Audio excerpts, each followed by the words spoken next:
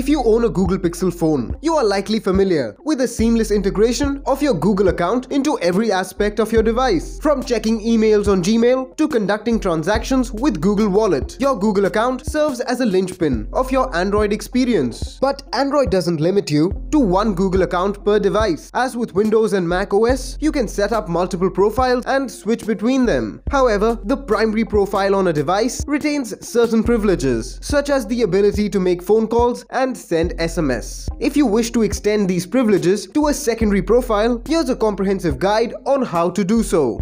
Before we get to that, if you find this video helpful in any way, don't forget to hit that subscribe button, as it really motivates us to keep making such content. The first step to enabling phone calls and SMS for a secondary user on your Google Pixel phone involves creating a secondary user profile. After setting up this additional profile, navigate back to the primary account and follow these steps to grant phone call and SMS permissions to the secondary account. Open the Settings app on your Google Pixel phone. This can usually be found on your home screen or in the app drawer. Within the settings menu, locate and tap on the system option. This is where you'll find configuration settings related to the overall functioning of your device. Under the system settings, look for the multiple users option. Tap on it to access the settings related to user profiles on your device. Once in the multiple user section, you will see a list of available profiles. Select the secondary profile for which you want to enable phone calls and SMS. Within the settings for the chosen secondary profile, you should find an option labeled